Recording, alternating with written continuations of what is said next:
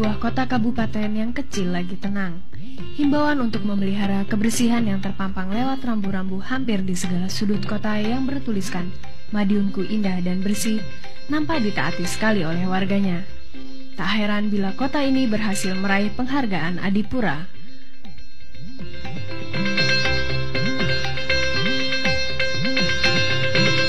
Taman alun-alun yang menjadi pusat pergerakan kota nampak begitu terawat dan cantik. Pertokoan di sekitarnya pun tertata bersih dengan warna seragam biru putih. Mengingat letak geografis kota ini berada di perbatasan antara Jawa Tengah dan Jawa Timur, menjadikan Madiun sebagai kota transit yang telah terkondisi sejak zaman penjajahan Belanda dulu.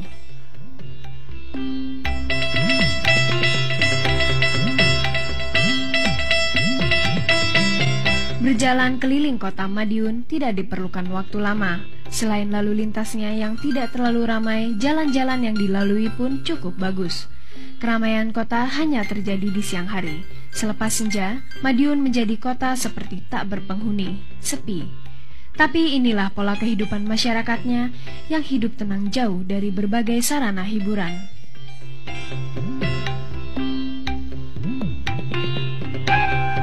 Yang menjadi catatan penting dan mampu menggoreskan sejarah bagi kota ini adalah daerah Kresek, sekitar 15 km dari pusat kota. Daerah ini menjadi tempat pembantaian penduduk setempat yang dilakukan secara kejam oleh PKI. Ini ditandai oleh sebuah tugu atas perlakuan gembong PKI. Untuk memperingati sekaligus mengambil pelajaran masa lalu, dibangunlah sebuah monumen pemberontakan PKI.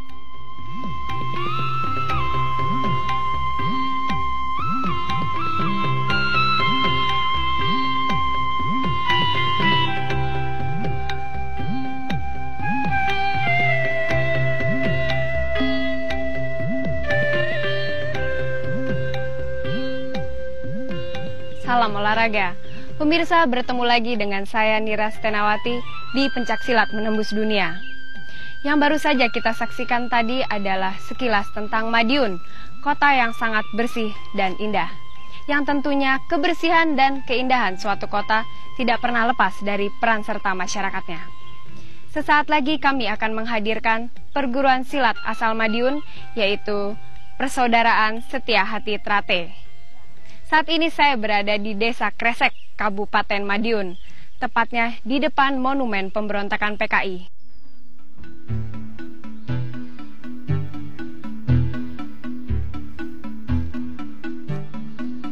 Persaudaraan Setia Hati Trate dibentuk tahun 1922 atas prakarsa Ki Hajar Harjo Utomo di Desa Pilangbango, Madiun.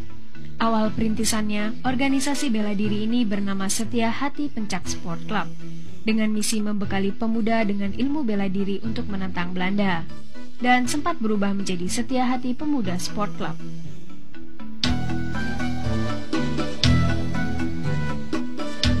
Baru setelah Jepang masuk, nama organisasi ini berganti lagi menjadi Setia Hati Trate. Perubahan nama pun masih terus berlangsung hingga tahun 1948. Dengan menambahkan kata persaudaraan di depan Setia Hati Trate sebagai nama organisasi, dan ditetapkannya Ki Hajar Harjo Utomo menjadi ketua umum.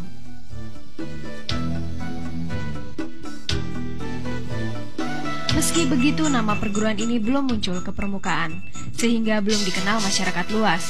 Hingga hadirnya seorang pemuda kelahiran 18 November 1938 bernama Aryo, atau lebih dikenal dengan Raden Mas Imam Kusupangat. Setelah mengemban ilmu sekian lama dan meraih gelar pendekar, dengan seizin perguruannya di dekade tahun 50-an, Raden Mas Imam Kusupangat membuka latihan sendiri di pavilion rumahnya untuk berkiprah sekaligus mengawali baktinya pada perguruan.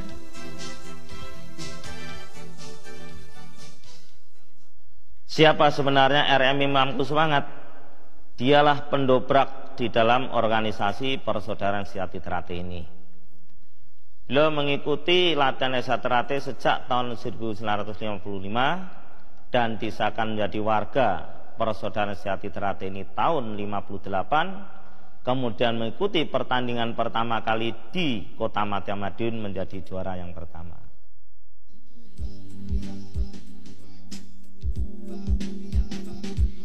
Kegigihannya melatih dan terus menggali ilmu mengantarkan Raden Mas Imam ke gerbang kepemimpinan dengan dipercaya memangku jabatan ketua dalam kepengurusan Persaudaraan Setia Hati Trate Cabang Madiun. Baru tahun 1970 ia diangkat sebagai Ketua Umum Setia Hati Trate Pusat Madiun. Sedemikian besar kepercayaan yang diamanatkan kepadanya membuat Pak Imam lebih mencurahkan segenap tenaga dan pikiran untuk perguruan. Beliau mulai menentukan kebijaksanaan baru, kemudian melakukan terobosan-terobosan hingga mengalami kemajuan cukup berarti. Hal ini membuat nama Setia Hati Trate mencuat ke permukaan dan kian menyerbak tidak hanya di sekitar Madiun, tapi merambat ke Solo, Semarang, Surabaya, Malang, dan Mojokerto. Setia Hati Trate pula menjadi salah satu perguruan yang mendukung berdirinya induk organisasi pencaksilat IPSI.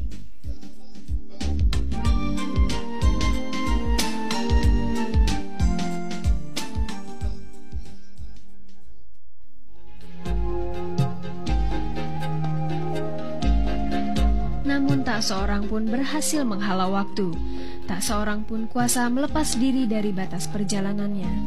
Manusia hanya punya hak sebatas berencana, kepastian dan penentu tetap berada di tangannya. Masih banyak rencana Pak Imam dalam memajukan Setia Hati Trate. Namun tanggal 16 November 1987 beliau mengakhiri perjalanan hidup dan dimakamkan di makam keluarga di Desa Taman Madiun.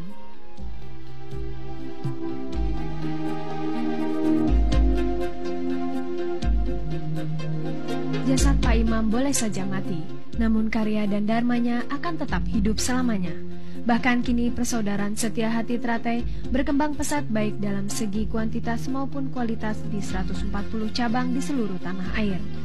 Juga telah merambah ke mancanegara seperti Belanda, Amerika, Prancis, Australia, dan negara-negara Asia lainnya dengan jumlah anggota berkisar 300.000 orang.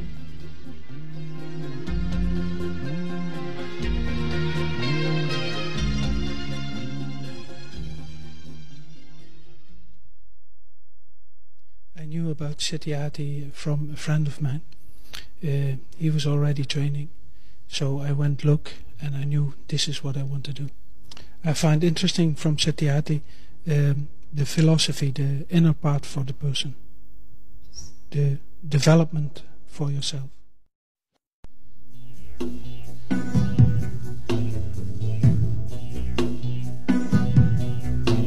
Mendidik manusia berbudi luhur, tahu benar dan salah, adalah salah satu konsep Persaudaraan Setia Hati Trate. Setia Hati Trate tidak mengajarkan bagaimana cara melancarkan pukulan jarak jauh, juga tidak mengajarkan bagaimana memecahkan benda-benda keras. Namun perguruan ini mendidik bagaimana melakukan pukulan yang tepat pada sasarannya, tetapi mengandung seni dan teknik yang tinggi.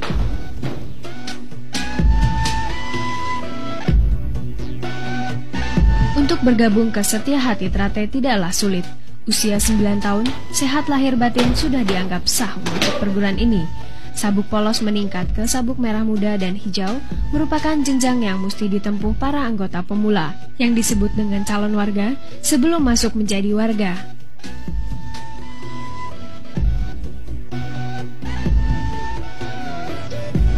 Materi latihan berupa paket senam yang terdiri dari 90 jurus. Sedang latihan fisik diarahkan untuk dapat melakukan gerakan teknik dengan mudah dan mantap, yang mengarah pada kelenturan, keseimbangan, kekuatan maupun kecepatan, dengan unsur pendukung latihan pembentuk daya tahan otot dan stamina.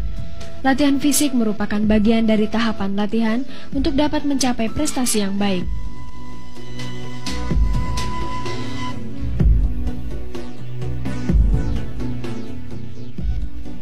Jika pesilat mempunyai kondisi fisik yang baik, akan dapat mengembangkan prestasi di bidang teknik dan taktik. Kesemua ini bisa dilakukan dengan menggunakan senjata berupa toya, rambin, belati, pedang, maupun trisula yang diajarkan di persaudaraan ini.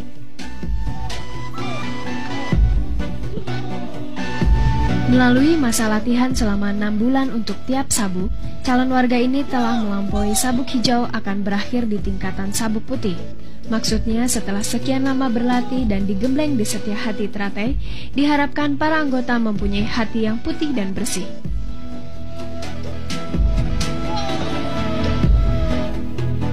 Ujian atau dikenal dengan istilah pendadaran mengesahkan menjadi warga, dilakukan melalui hiking dari daerah Kresek menuju Padepokan yang berjarak sejauh 15 km dan selalu dilakukan setiap tanggal 1 Suro. Setelah melampaui masa ujian, barulah para calon warga dianggap sah menjadi warga yang ditandai dengan upacara ritual.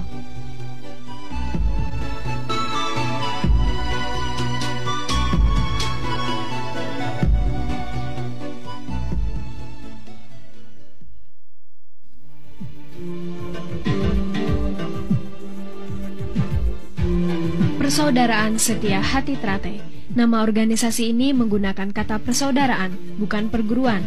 Ini melambangkan bahwa hubungan batin atau jalinan kasih antar sesama warga yang tergabung di dalamnya adalah layaknya hubungan persaudaraan antar manusia dengan manusia berasal dari satu kandungan.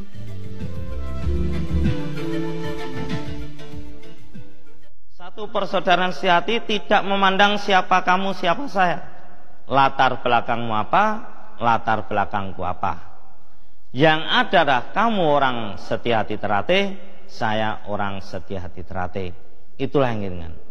Yang berbicara dari hati ke hati, sehingga persaudaraan ini akan utuh, satu sama lain akan saling memerlukan, dan satu sama lain pun menyadari kekurangan masing-masing, maka kekurangan itu ditutup oleh saudaranya yang lain pula. Hubungan persaudaraan yang kekal abadi tidak memandang derajat, agama, suku, ataupun ras. Persaudaraan dalam Setia Hati Trate adalah persaudaraan yang tetap berpedoman pada tata krama dan sopan santun sesuai dengan adat dan budaya bangsa.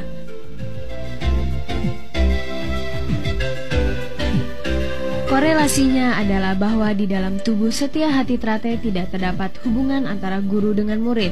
Yang ada hanyalah hubungan antara saudara dengan saudara, di mana saudara yang lebih muda menghargai saudara yang tua. Begitu sebaliknya, saudara tua harus menyayangi saudara yang lebih muda.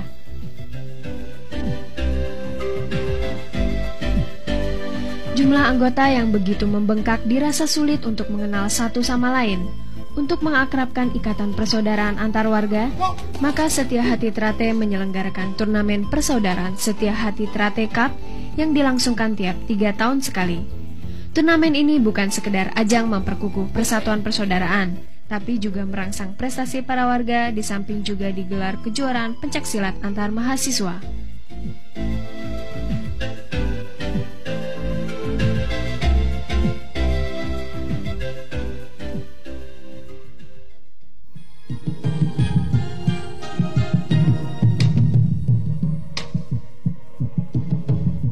Dari sekian banyak atlet-atlet berprestasi di perguruan ini adalah Sutrisno, pemuda kelahiran Magetan 25 Agustus 29 tahun yang lalu, mulai mengukir prestasi pada tahun 1989 di tingkat DKI.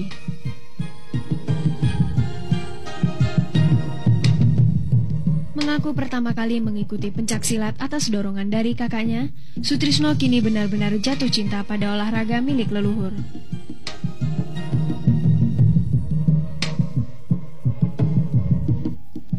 Pemuda yang baru saja mengakhiri masa lajangnya menjelang PON 14 lalu, kini menjadi salah satu andalan tim pencaksilat Indonesia di berbagai event.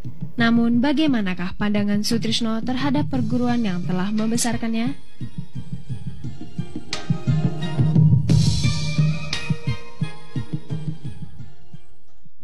Saya dari pertama sampai sekarang saya tetap orang Setia Trate. Karena saya dari kecil saya ingin jadi seperti pendekar-pendekar Setia Trate yang mendahului saya, karena dia punya prestasi sangat bagus sekali dan sangat terpuji untuk bermasyarakat, khususnya di Madiun. Di seluruh Madiun itu hampir semuanya, dari masyarakat, dari lurah, dari camat, dari bupati, semua tuh hampir semua Setia Trate. Karena mungkin Setia Trate ya karena bagus menurut saya.